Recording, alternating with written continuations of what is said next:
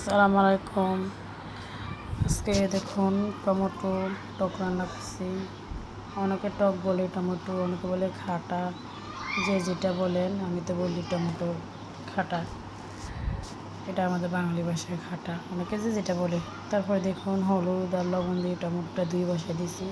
এই যে আমার টমেটোটা দেখুন বলক এসে পড়েছে, ফুটে গেছে টমেটোটা। তখন এটা ভালো করে সিদ্ধ করে নেব। দেখুন যতক্ষণ সিদ্ধ না হবে তখন আমি তো জাল করবো ভালো করে। দেখুন আপনারা কে কীভাবে টক রান্না করেন, আমি তো এইভাবে টক রান্না করি। প্রথমে টমেটো ধুয়ে কেটে হালকা হলুদ লবণ দিয়ে বসিয়েছি। তারপরে দেখুন আমার টমেটো টকটা একদম হয়ে গেছে। দেখুন এটাকে আমি একটা গুটনি দিয়ে ভালো করে গুটি নিয়েছি, মানে একদম দেখুন একদম মিহি করে নিয়েছি।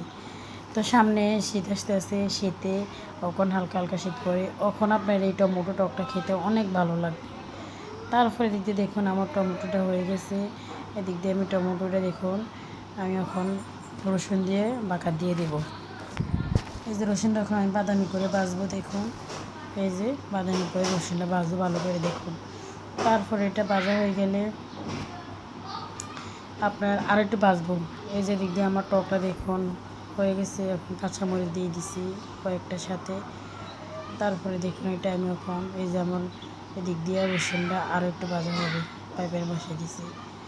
এদিক দিয়ে এখানে একটা লাড়া দিয়ে দিলাম, কাঁচামরিচ দিয়ে দিছি আমি পরিমাণ মতন। এই যে এখন এটা আবার বলক এসে গেছে দেখুন।